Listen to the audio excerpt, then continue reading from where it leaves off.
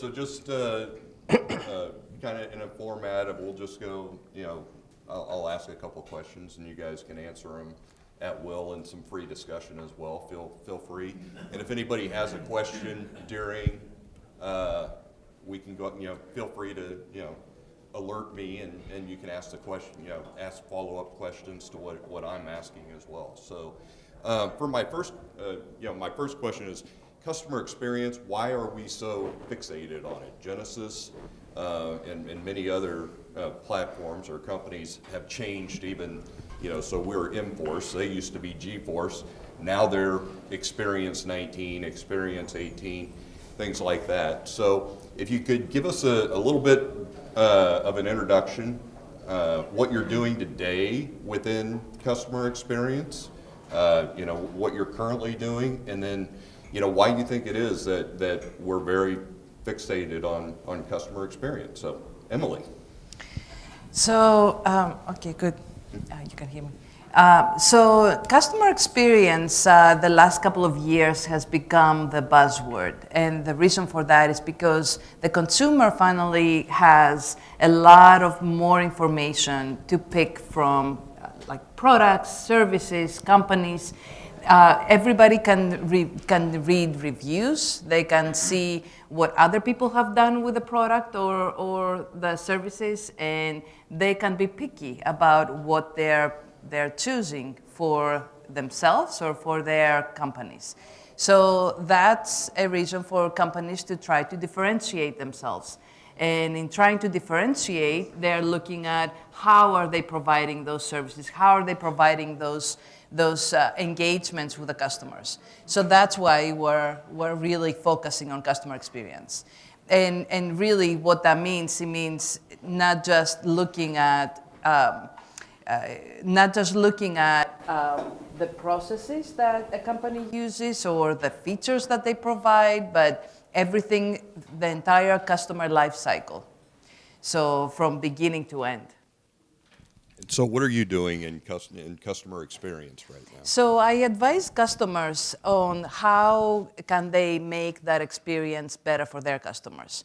So different corporations, different clients that we have. And we look at the customer life cycle, and we do journey mapping exercises, and we look at processes and tools and people, and how can all that improve from where they are today versus where they want to go. And we pave the path for them how to get there. Super, thank you. So Musa, pretty impressive numbers that were put up for your introduction. It's a lot of work. That's what I want to say in the beginning. We have to differentiate between CX as a buzzword, as everybody talking about it, and the reality of delivering customer experience, because it's hard work.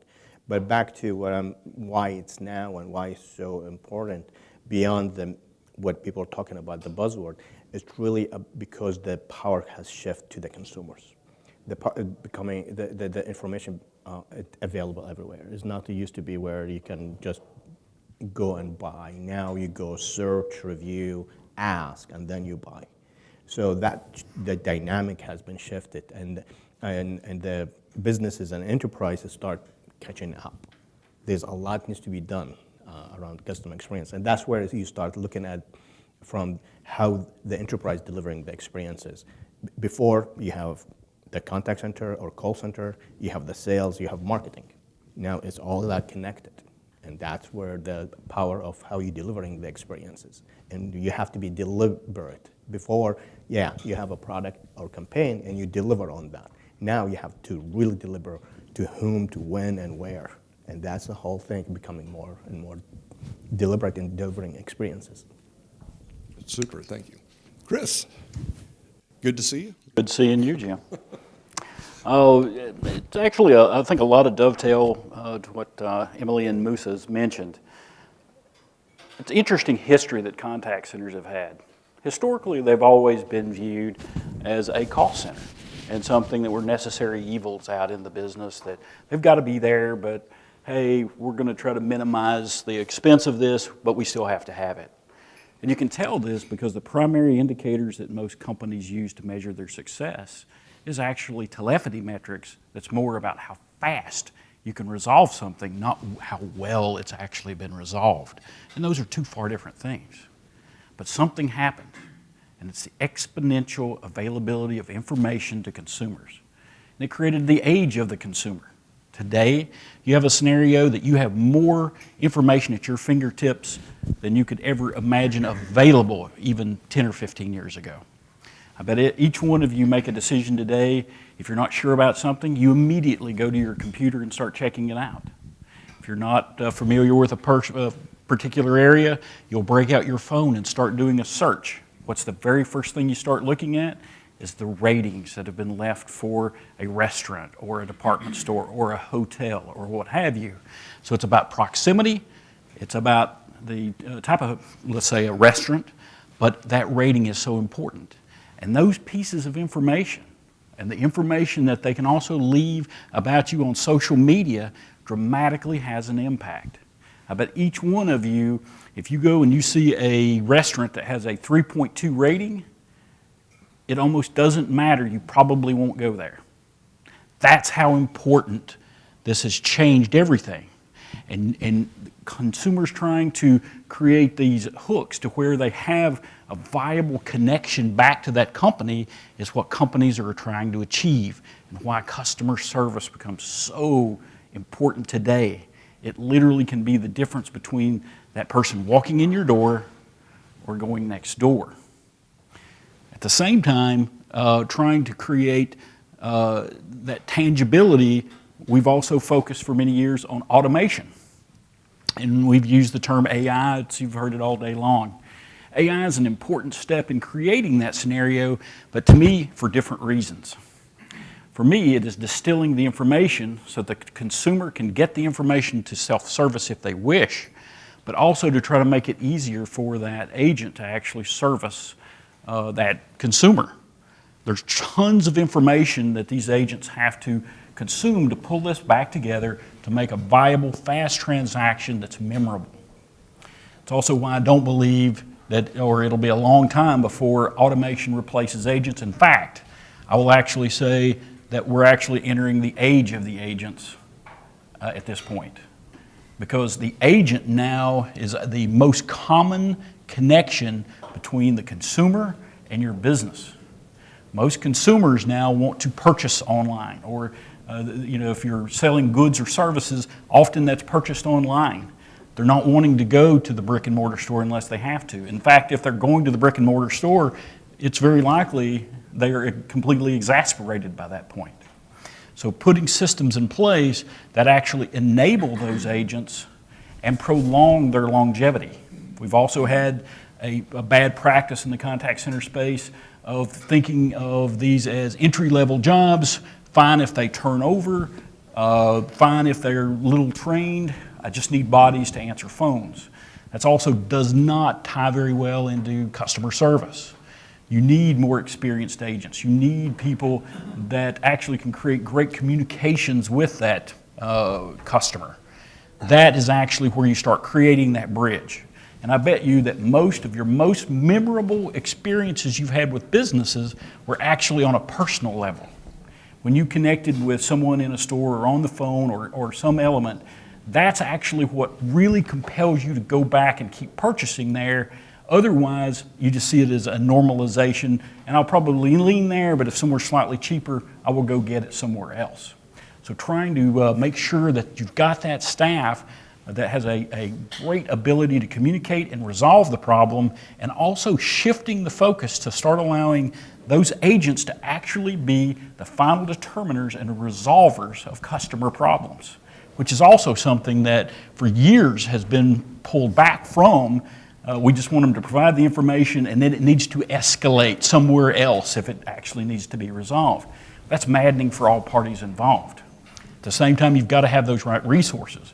And I think the next phase, going from this customer enlightenment that we have today, is actually creating scenarios where we maximize the use of these valuable tools, these agents, and incorporating capabilities like AI, providing more information to the agent faster to be able to resolve it and articulate back to the customer, and also the workforce engagement management products to make sure you're maximizing those resources.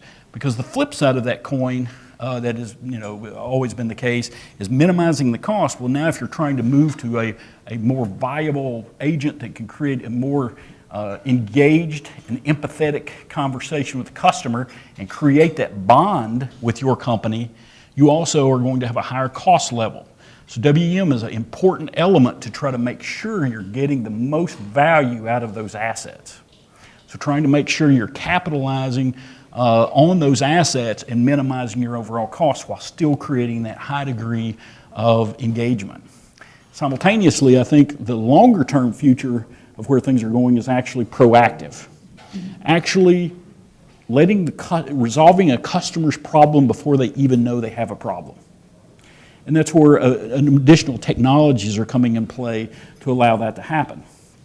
I work at Sprint, and we have a broad range of technologies, and a lot of these types of things really help facilitate these types of conversations, because it really is a holistic conversation. But being able to create a scenario where you're proactively doing it, again, creates a scenario where you are engaging with the customer, resolving it before they even understand there's something that is going on.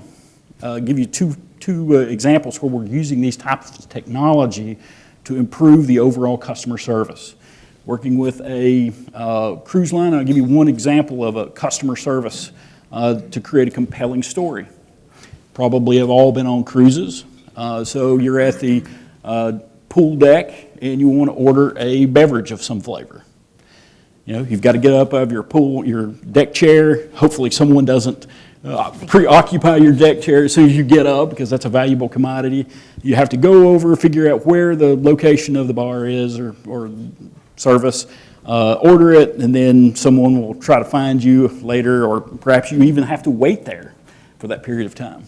So an example of where we're trying to use that to improve that customer service is actually having all of the ship personnel with devices that are connected through the ship with 5G network, and that's an important thing that really hasn't been mentioned. For a lot of these things to really be interactive, you also have to have connectivity, right? You have to connect all of these pieces on the edge to make sure that the information is shared amongst these parties. So all of the crew actually would have devices that are connected and take all of this information back to an engagement engine. The engagement engine is looking who are the resources available, and then the passenger would actually have a mobile application. They would simply be sitting there at their deck chair, decide they want to order a beverage, they order a beverage. What happens in the background, though, is we're actually using the 5G network to triangulate, understand exactly where you're sitting, then understand where the closest bar is to get that beverage made, deliver that order to that particular bar. After it is finalized, then it will actually go find a service person to go to the bar, get that drink, use the triangulation to pull them right back to where you are, and then pull up your face off of your photograph when you first board the ship, so that when they are approaching you, they know exactly of those 3 chairs, which one is you, that you're actually Chris Duncan that has ordered this drink. You've not had to move, right? And you can then have that drink delivered straight to you without asking anyone or doing anything. That's the type of thing you want to try to drive to improve those customer service engagements. Another example of proactive is another one we're working on with a large electronics manufacturer, where we have a large IoT practice, device that embeds into this device. It will give it all sorts of statistics of what's going on.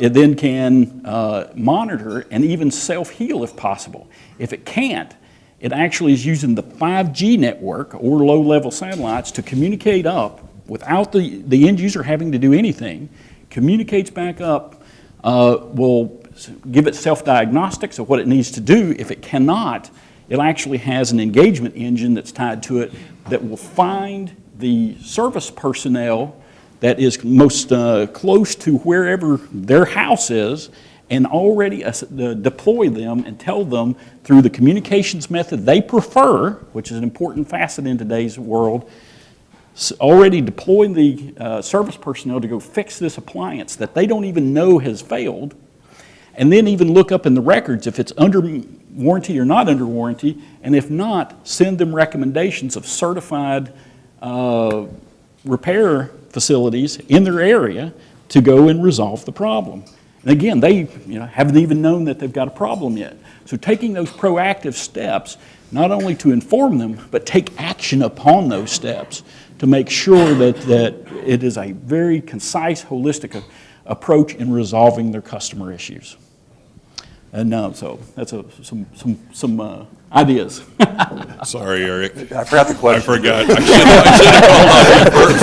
I love this stuff. Been doing it a long time. Love it. Gotta do that. When you have a really passionate and experienced panel, you just have to wind them up and let them go. I got a really easy job up here. Unfortunately, Chris has set the bar pretty high for you, Eric. I'm gonna go a little higher in terms of scope. So in my role today is I act as a consultant in the CX space, typically for technology providers and also some of my old customers from my days at Genesys. So I kind of get a good feel from both sides of the house in terms of why is CX where it is today? Why is it? And I think that was back to the original question, right? And I see there's two things that I see that I think are driving it right now. Two words, very simple: expectations and personalization. So expectations have never been higher. I'll go from a business perspective, right? 20 years ago when I started in this business, it was all about, hey, can I just take a phone call and provide some data about what that person's calling to my agent? That's it. That was it, right? Of course, that's like, kind of like this morning, some of the talks we had this morning about how far things have come in the last 20 years. Well, that was CX, 20 years ago. But today, and the chief executive didn't care. It was a cost item. Just keep it as low as you can. And it's flipped, right? The expectations of the C-levels are that you've got to be great at customer experience. They don't necessarily know how to do it, but it's on their list today. So those expectations, as well as we talked about this earlier, the consumer expectations are high in terms of what kind of service I expect, because I'm not just compared to the service I get from my own industry and my competitors, but also from experiences across the board in other areas. So expectations have now kind of gone another step, which is I think the people at work who provide the service, their expectations of what tools they should have to serve the customer and what level of empowerment they get. Yep. Those expectations are up there too. So, across all the stakeholders in an experience, expectations have never been higher. And I think the solution to answer those is being really great at personalization. Personalization for the business, personalization for the server, the service people, the agents, and most importantly, of course, for the customer. So I think a lot of the technologies that we heard about earlier today, in our space here in CX, a lot of those, particularly artificial intelligence, I think are pointed at those areas of improving, delivering on the high expectations and delivering personalization to the customer and those who serve them. Super, thank you. So Musa, Yeah. when you go to customers, Genesys customers, what is the common thing that the customer should be doing in customer experience, but pretty much everybody's not doing? Kind of the low-hanging fruit or innovative idea that is something that everybody can grasp and do, but we're just not doing it. Well, on the CX, because it depends where you want to focus on. So I look at it to three areas: processes, resources, technology.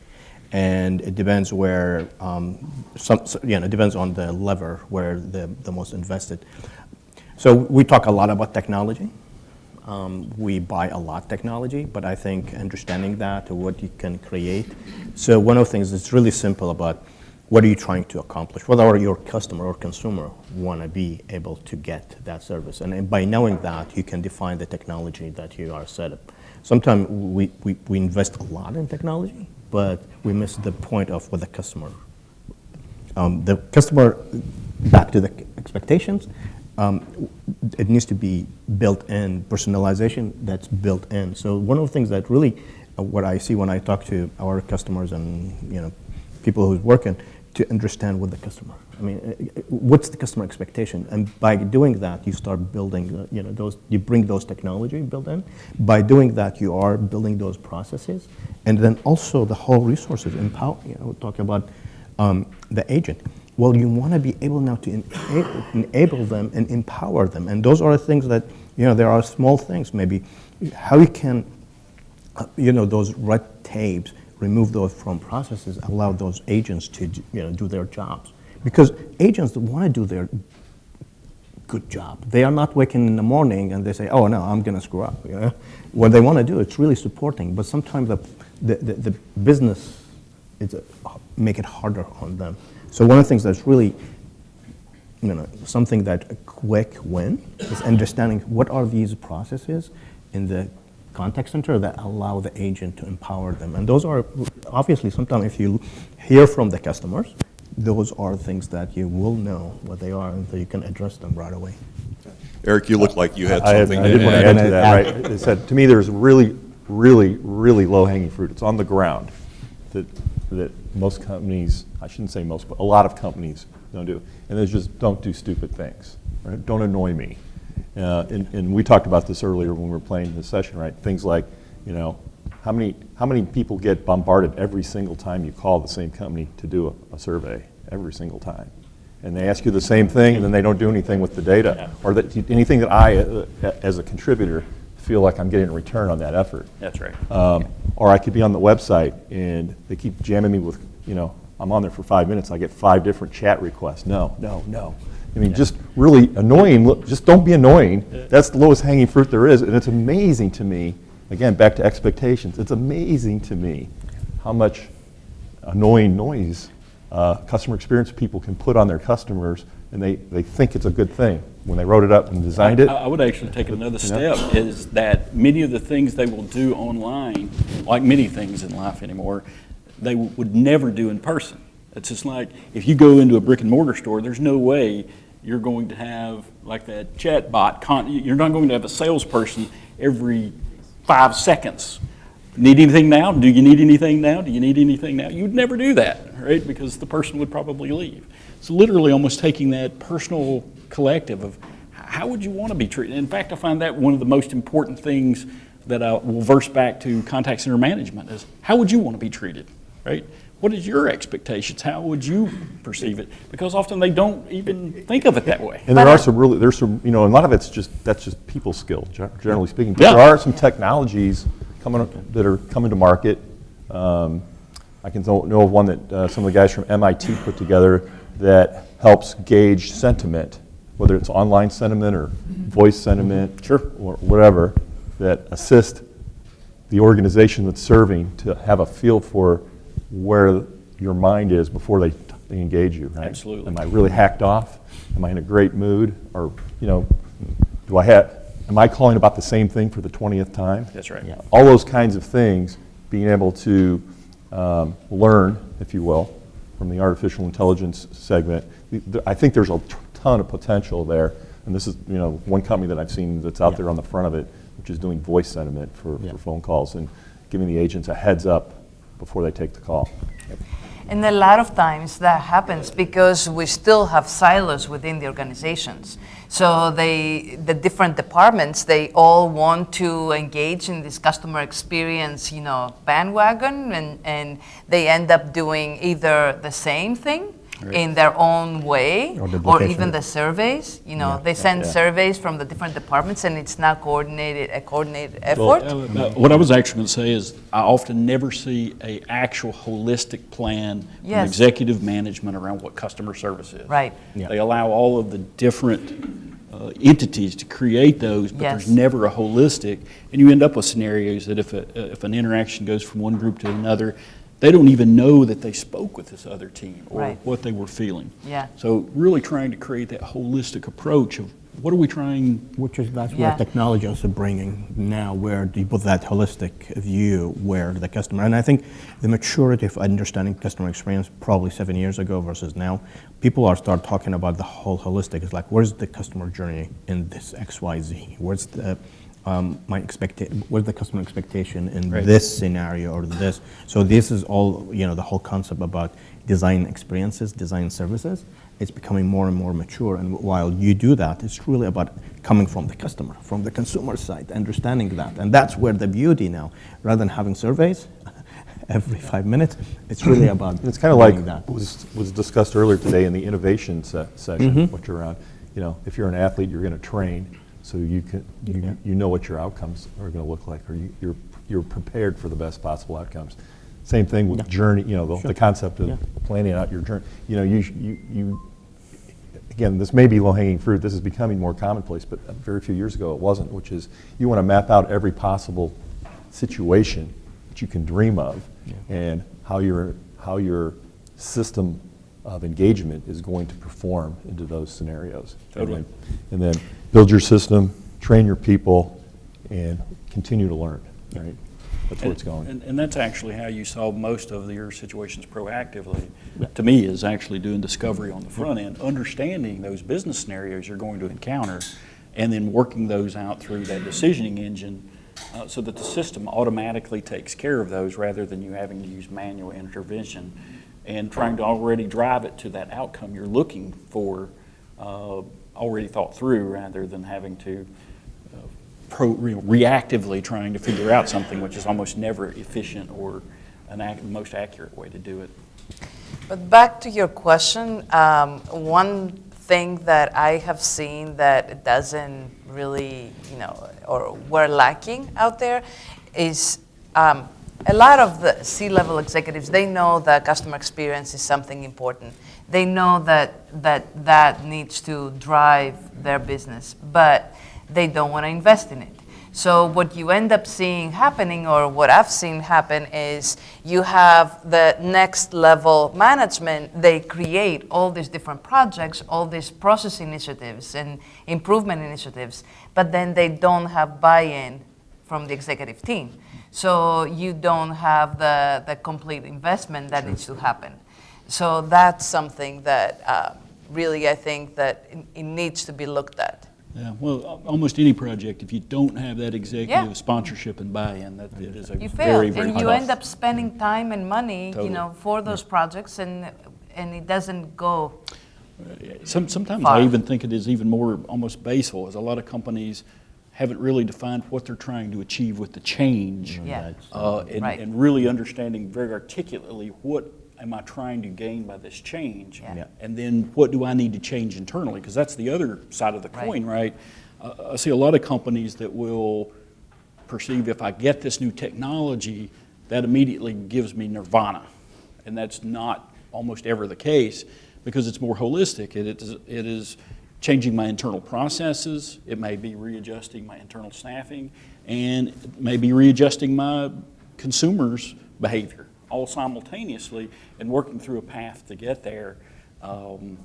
So all of that becomes very holistic, and if you don't have that executive buy-in, you will never get those internal changes. Right. And usually if the internal changes occur, you're going to get poor ROI out of the technology spend that you did.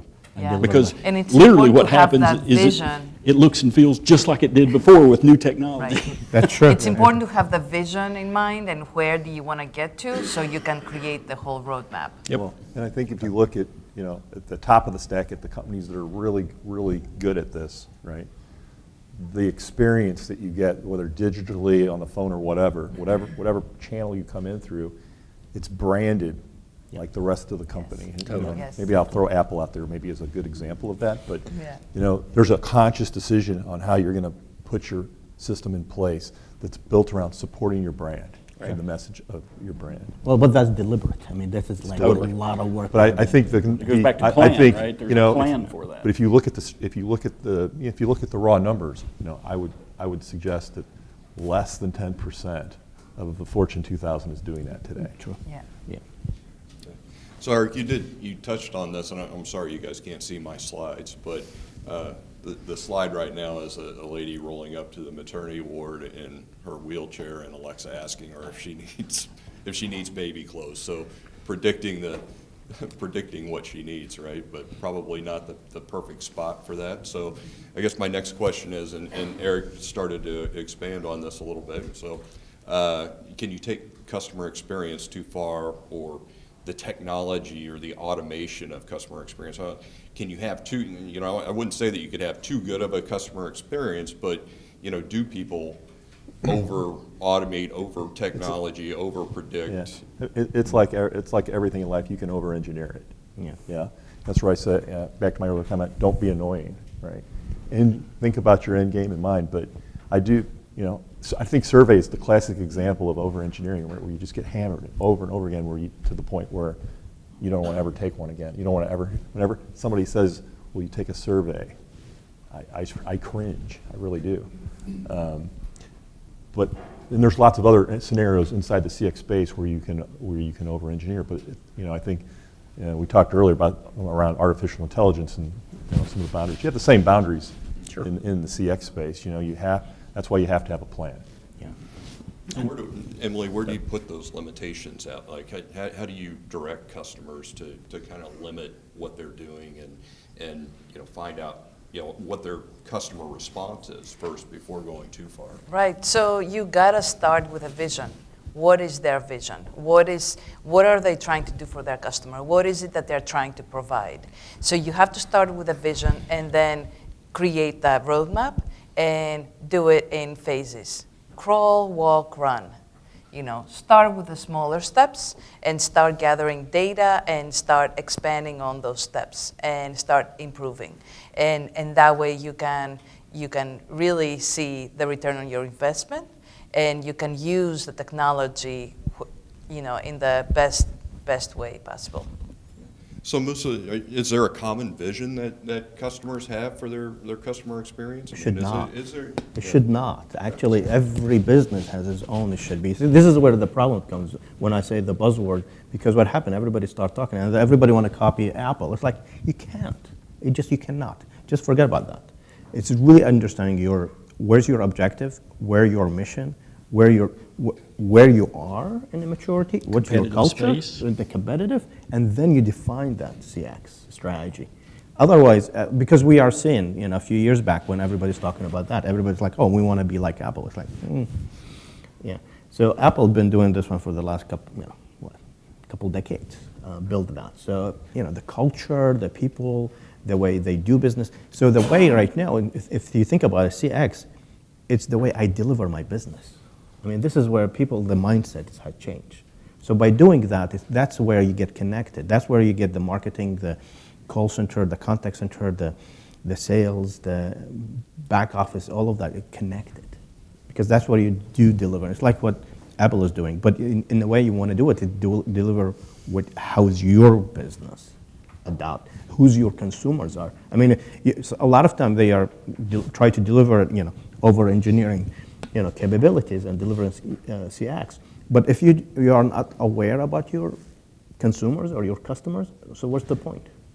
You're delivering, and then you probably get more, they get more annoyed than what do you think?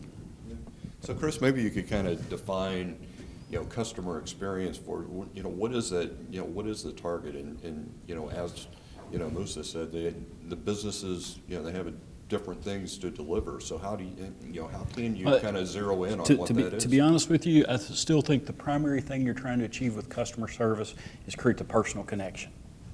However that is going to be achieved is going to be changed by, the dynamics of the product being sold, but trying to figure out ways that you can actually create a personable, tangible tie-in. Quite candidly, I think that's why the human agent is still a very, very important element in the whole equation, because usually, in my opinion, the self-service element is certainly important to have in the mix, but it's one where it is going to be lower level things that a consumer, I think most consumers still want to solve things themselves. So having that piece there is very, very important, but you're going to get to a point on certain scenarios where you have to raise it up a notch. And being able to create that competent, professional, and empathetic engagement with a company, because that's what an employee becomes, right? That is your company.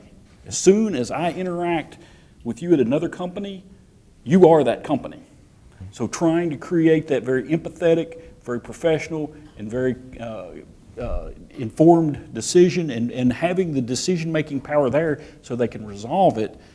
As soon as that happens, I now have a really strong, tangible, personal, visceral connection to that company. And if that company doesn't do something to disengage me, I will maintain that and probably will not look elsewhere. That's exactly how Apple succeeds, is creating that visceral connection with that company through their employees. So working to create that. Now, the trick is creating a plan with each customer, or each company, because that's going to be a different thing that's going to attract and gravitate their customer base. What is it that does that? Working through with the management team to figure out what those are and then put those in place. I'll take it a step further, though. We've been talking about, I was going to bring it up later, but Musa brought up back office. That right there is an area where, with the convergence of technologies and the ability to have a ubiquitous communication system across organizations that exists today that didn't exist 20 years ago when we first started talking about back office integration, is another important step. And what that means is, let's say that brick and mortar store that we talked about earlier. If Eric tried to self-service, he then calls into the contact center, they aren't able to resolve his problem, he then goes to the local Best Buy, let's just say, to resolve whatever issues he's got with a piece of electronics. Right now, almost universally, that person that he goes in and talks with has no idea what he has done, who he has talked with, how many steps he has gone to get something resolved, and probably has no gauge of the mood because of the number of steps that they've went through. By tying all of it together, where you have a holistic communication strategy, a holistic decision-making strategy, and a holistic information strategy, even that person at that brick and mortar store at the edge, whether it be a teller at a bank or that clerk at that Best Buy, they have all of that information and can start processing and understanding and creating, again, that empathetic link with that customer to actually keep that engagement and pull that hook in. So even trying to expand the same thoughts we've had across the entire organization is very, very important to that holistic goal later. Again, I think Apple drives that as a strategy because you have a high touch even in their stores like that. Yeah. And then adding on top of it the generational changes. Totally. And with the millennials, I mean, our kids nowadays, they want to do everything themselves. They don't want to call. They don't even know how to call and wait on the phone call until they have somebody answering, to help them. But if they do call, they better get resolved. Yes. Oh, yeah, right away. Absolutely, right away, yeah. So, Emily, what innovative tools are there for responding to real-time data or real-time customer actions? There's, groups. There's a model of cell phone that has an issue with it, and we're getting many phone calls for that, or many calls or requests for that. How do businesses react and are able innovatively to react to real-time things that are going on? Well, there's all kinds of tools now out there with analytics and customer insights and all these amounts of data that now with AI we'll be able to massage and do stuff with. And that's what companies are betting on, and that's what already they're using. So there are tools that you can buy and tools you can build, because also with DevOps and with the different API technologies, I mean, there are a lot more tools available now than ever before, and a lot more data that we can get our hands on. It's a lot of data. That's Definitely, that's what I would even I wanted to toss Musa a softball because certainly the platform matters, right? Yeah. Musa, but it's also configuration of the platform, it's implementation, it's utilization of that data as well, and Exactly. not only just the existence of the data, but we're looking at the right data. Yeah. Well, I mean, this is where, because everybody collecting data today. Like here, who's not collecting data? Everybody. So the question is, a lot of time, yet another buzzword, big data. It's like, what are you going to do with that? It's back to the objectives, because the data, it's like coming from the social, from the web, from the voice, from the CRM. Surveys. So all of those data comes in. But this is where the beauty, this is what I get enjoy in doing, like bringing all these data and start structuring in a way that you start understanding your customers and how you're going to be able to deliver on that. And by the way, there are, there are tools now even connecting, designing the experiences, like, the journey mapping with the analytic that allow you even automate that stuff, and you start seeing. And we were talking about a couple of years ago when we were talking about customer journeys mapping and experiences. Well, now it's back to the personalized. Now you have your own person, like you are almost one-to-one creating experiences from the enterprise, from the companies to one consumer. So you can start thinking about all this available data that allow, and this is where AI and other tools allow you to start building that. So there's a lot of opportunities out there, and still we are just in the beginning of it, because that's now how you understand emotionally, that day, understanding what they're looking for. Probably they haven't, probably providing services that they even haven't thought about. So, Chris, I know you wanted to jump in there with probably some of your predicting, your cruise passengers that they're thirsty, right? Well, you could actually. It will be. Yeah. And to be honest with you, that proactive piece is actually one of the important things I think that is going to change some of those customer service models. Sure. Just like you were talking about a particular cell phone that might have an issue. How I would view that is I would head it off before it even got started by using their preferred media type to make my customers aware of the situation before they may have even heard of it. So I already know it's out there. And I would suggest creating, moving to a scenario where you even have a communications profile. Understanding how they want to be communicated with, when they want to be communicated with. Again, back to personalization. But then using those to actually then make them aware of and disseminate the information to them so they do not call you back, and it looks like you know exactly what they may be calling about, heading off some of that stuff before it even gets started. And if you marry that concept with, I pick on Internet of Things for a moment, maybe some of you have experienced this, right? If you have like one of the new high-end washing machines, this happened to me, right? Which is, it has some diagnostics in it where the company has the opportunity to share that information with you, like, hey, it looks like, I think somebody gave an example earlier today about a washing machine being a little off balance, right? Yep. And it was that simple to fix the problem. Right. I think you're going to start to see a lot of that kind of that. a lot of that kind of stuff, Yep. where you marry your system of engagement with new data from all these sensors and devices that keep track of what is going on, especially with complex products like electronics. You're going to see a ton of this stuff. In fact, IoT devices are going to be completely the wave of the future. Every single piece of electronics you own is going to have an IoT device in it. The thing that's really going to make it powerful, though, is either 5G or low-level orbit satellites, because you've got to have a It's gotta be more communications than method 5G. for them to actually Yeah. communicate back for a decision engine to do something. So with a combination of 5G rollout for higher speed and a low Earth orbit satellites for ubiquity of coverage, now every device of any type can actually respond back up to the manufacturer, let them know, and then they can take action on that. So that combination of those events make it, like the example I was telling you earlier, of where working with a washing machine company where literally something's gone wrong with the washing machine, you don't know it, they've already dispatched someone to repair it, and you don't even know that something's gone wrong. So it can really create a much more dynamic, customer-focused experience to try to resolve things. And the more that you can do those things automated, it makes it to where they're more compelled to that brand. Nick. next question. So, Eric,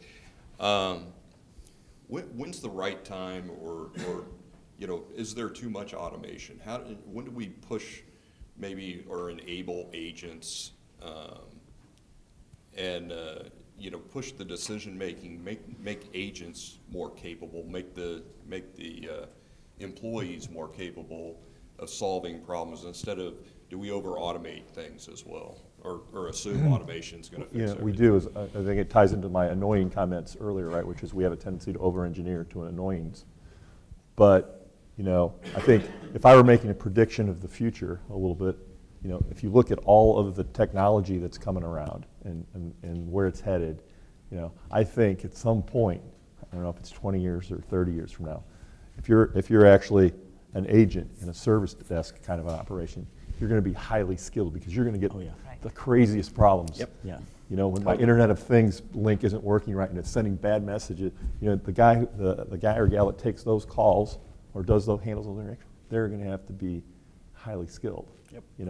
And I think as time goes on, the low skilled stuff is never going to make it there. That's right. So Actually, I see this on less than 10 years. Actually.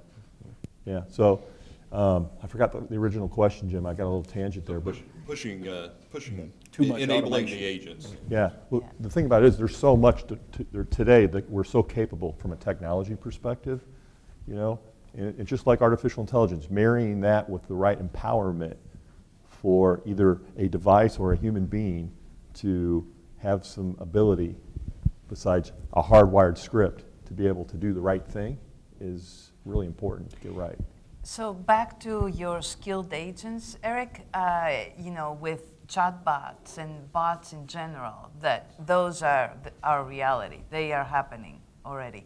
So I believe that all the easy jobs will be done by the bots, but the agents will be the more skilled, and the ones who, with empathy, they will be able to solve the problems because they will be more skilled. So they'll be able to deal with all the different problems, or most of the problems that the consumers will be going to them. Well, that's the critical, when we talk about it, the moment of truth where, all the automated, the minute that there's a problem and require human intervention, that human is skilled technically, but also they have big empathy, because that's where the experience is going to change. That's the hook. This is where the experience is going to be. Oh yeah, we can invest all in automation, but if you are not investing in this human intervention with empathy, and that's also skilled, that's that's where you want to invest, because that's the experience that people are going to remember. Remember. Yep. Quite candidly, AI can help offset that technical piece. Yeah, but You put the AI engines in there that can provide that agent with the information. The main thing is someone that is a good communicator and create that verbal communications back with that consumer, and then use the automation to help them augment what they do not know. Which provides the memorable experience. Absolutely. So there are a lot of soft returns in customer experience. So, outside of surveys, which I love taking, I take those all the time. What are the, what reporting are customers using to realize their return on the investment of technology and training and the effort that goes along with customer experience? So where are those things? Everybody's doing surveys now. I get a survey every 5 seconds, but what should we target? What should we identify as what's giving us the results? So I can start, because I've been working with the NPS. Anybody knows about NPS, Net Promoter Score system? I've been working on that. So of course, back to the survey, you are asked, you got to have the bias between the extremes, and that's where you want to be able also to look. But more important is like understanding understanding your business, the KPI, and you never run your business in one KPI. So you want to be able to understand what the customer is saying, the feedback and the trend with the NPS or other metrics, along with the customer experience metrics like are they repurchasing, are they promoting my product and services, are they my implementation, return of investment and the delivery, go to market. So all of these metrics allow you to kind of to know where your business, are they our customer are in or enjoying the experiences or not. Because otherwise, if you are only one metric, it's not going to give you the full picture. I might even tie in a little bit that it goes back to our earlier conversations about sitting down with the management team and actually understanding what you're trying to achieve with this change. Because almost assuredly, there is a trigger mechanism that has propagated a desire to make the change. So understanding what the details of that is, and then the metrics that can back up whatever they're trying to drive out of the business with this new change. And that's going to vary literally customer by customer. But sitting down with them and understanding that in detail, I think, is a key step. And then very articulately understanding what are the business pieces of information that need to be tied with these call flows, that I can actually get a correlation with the interaction handling and business outcomes.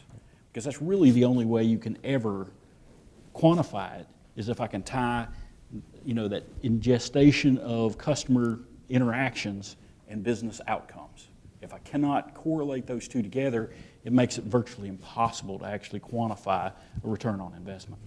And that, by the way, is something that when you're designing the whole journey map and the customer, for the customer lifecycle, you have to also decide on what are the business outcomes that you're looking to achieve and how are you going to measure success on those. So you have to set up your KPIs and your metrics up front, and then you can really, whether it's surveys or other sources of information, like your VOC that we were talking about earlier, your voice of the customer, or your voice of your employee, which is actually something that a lot of companies forget to look at.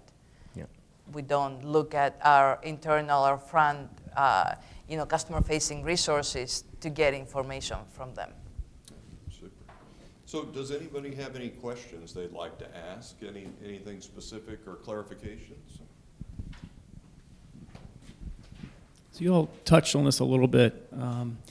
You mentioned the surveys. I'm the same way. I think the ones that I do answer, the agent guilts me into it. That like I feel like, man, they're gonna get fired if I don't do this survey. I better do this survey. But some of them are very clever and they do it in a nice way, and it just compels me to. I don't know what the science is behind that, but it's good. What I was getting at though is, so surveys are one thing. I'm sure they're effective. They gather a certain amount of data, but how many people, percentage, actually do it? So you touched a little bit on AI. I wonder how prevalent it is that, you mentioned the MIT project. There's others as well, that actually during the call are actually capturing, their level of frustration or maybe it's a good emotion. So I just wanted to get your take on that, kind of where we're at. Yeah. I'll take a first shot at that, right? Okay. The question you're asking, I think there are some really good commercial answers to that today, even probably date the artificial intelligence revolution that I was mentioning earlier. But if you look at some of the speech analytics tools on the market today, it's a pretty good place where you can record a call and go back and play back different things that were said, different elements of emotion that hit at certain points, and then measure the outcome of the overall call. There's a lot of companies that actually can do that today. Speech analytics. So that is probably one of the areas where you can really tie what exactly how the engagement was handled to a business outcome, and I think today with all the additional tools, and I haven't had a chance really to work in this segment too much recently, but I got to believe it's even better now in terms of being able to do a lot of predictive type things in terms of when a call comes in and you see this thing happen in the first 30 seconds, you already know what's going to happen, right? And you should be able to arm your agent to be able to handle it better than they might otherwise. And what also can happen with those speech analytics, and there's two variations. There's more of the historic, and then there's the real time. The historic has been around for a little while. It's an extremely powerful tool. It can actually start helping you see trending of things going on, and if you've articulated your routing correctly, you can actually incorporate the results out of that, use that in the routing, and proactively start making changes of how you deliver that routing based on sequencing that you see in the speech analytics.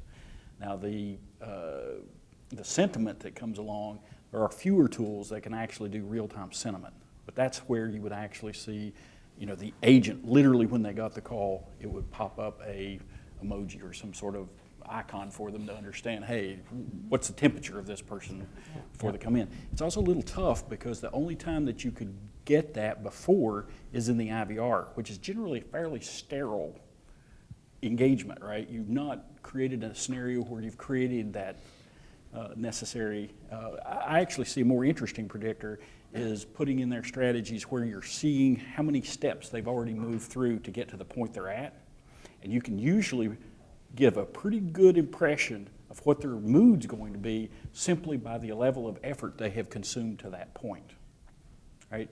And all of that information is tremendous. And one of the things that also that speech analytics gives you, a traditional way for management to evaluate is they'll sit through and they'll listen randomly to calls because you don't have enough manpower to sit there and listen to every call. What that speech analytics will also do is give you 100% coverage on every call that comes through. So perhaps you've got an agent that actually is not doing a good job, but you happen to get them on a call where they're actually doing a good job by circumstance. Speech analytics gives you a much, much more comprehensive understanding of what's going on, what are the real things people are asking, and how are your agents handling that, and be able to use that data with that business data that's coming through, tying all of that together to create a much more effective cause and effect. But how many call centers are actually doing that? A fair number on the speech analytics. The real-time sentiment is much newer, much newer. Chances are when you get the. That's a newer Yeah. type of I capability. was going to say chances are when somebody says you're on a recorded line, chances are, I'm going to say 75% of the time they're doing some type of post-call analytics on what's happening. Sometimes they do it just for compliance purposes, Yeah. but if you hear that, most likely, your call's going to get analyzed somewhere. Yeah. So we have one more question back here in the back. Okay, so it's more of a comment than a question. Customer service to me is the most important part of a corporation or company. Number one, right? Number two is companies nowadays don't want you to, the other thing is how fast can I solve that problem as if it never happened, okay? Most important. Companies nowadays don't even want you to figure out how to even reach them. Very frustrating. Okay? Right. So things have to change. Yep. I'm involved right now with a big mess with a big corporation. I won't go into it, but with the CRM package, it gives you the ability to take notes. You get to know who you're talking to. Yeah. But they also have the ability just to pass the buck to the next person, to the next person, to the next person. They call you back, and they have no clue what's going on. So there's some big messes out there. I can, And those are all to be candid with you, I think some of those are either by design, which is the first one, or by poor planning, which is the second one. In a well-managed contact center, you shouldn't have that last one. What it should do is understand and even try to get you back. Let's say you called in and you spoke to Eric. The system should continuously try to get you back to Eric unless you have requested not to go back to Eric. And then it should flag that and then have a management conversation why that would be. And you can use speech analytics to do that. But if it has any intelligence, that will already be put in there. The reason that you have the former is for years, again, we were talking about that the contact center was viewed as a cost center. And it was, I want to minimize the amount of cost. I want to minimize the number of people. I want to minimize the number of interactions. And a lot of the technology vendors were pushing that agenda, especially through the 2000s, to try to drive literally calls out of the contact center. That didn't matter as much until we had that consumer power of having all the information and being able to do reviews. And now that penalizes you tremendously, and you've got to change that approach. That is Two more comments. Took me a while to reach the CEO, to tell him that. I said, "Did you ever call your company? You can't get to anybody. How can you do any sales business if you can't get to anybody?" Yeah. They fixed it, but they had no idea. And my other comment is, I love the emoji idea. Let me pick an emoji, you know how I feel right now. I have it visualized. But I do want to thank everybody for, volunteering to join our panel, even though you were all given advance notice that I was going to have the mic. And, I appreciate it. I was on the border there. I really appreciated, all the comments and stories and everything, and I think it was great. So. Thank you.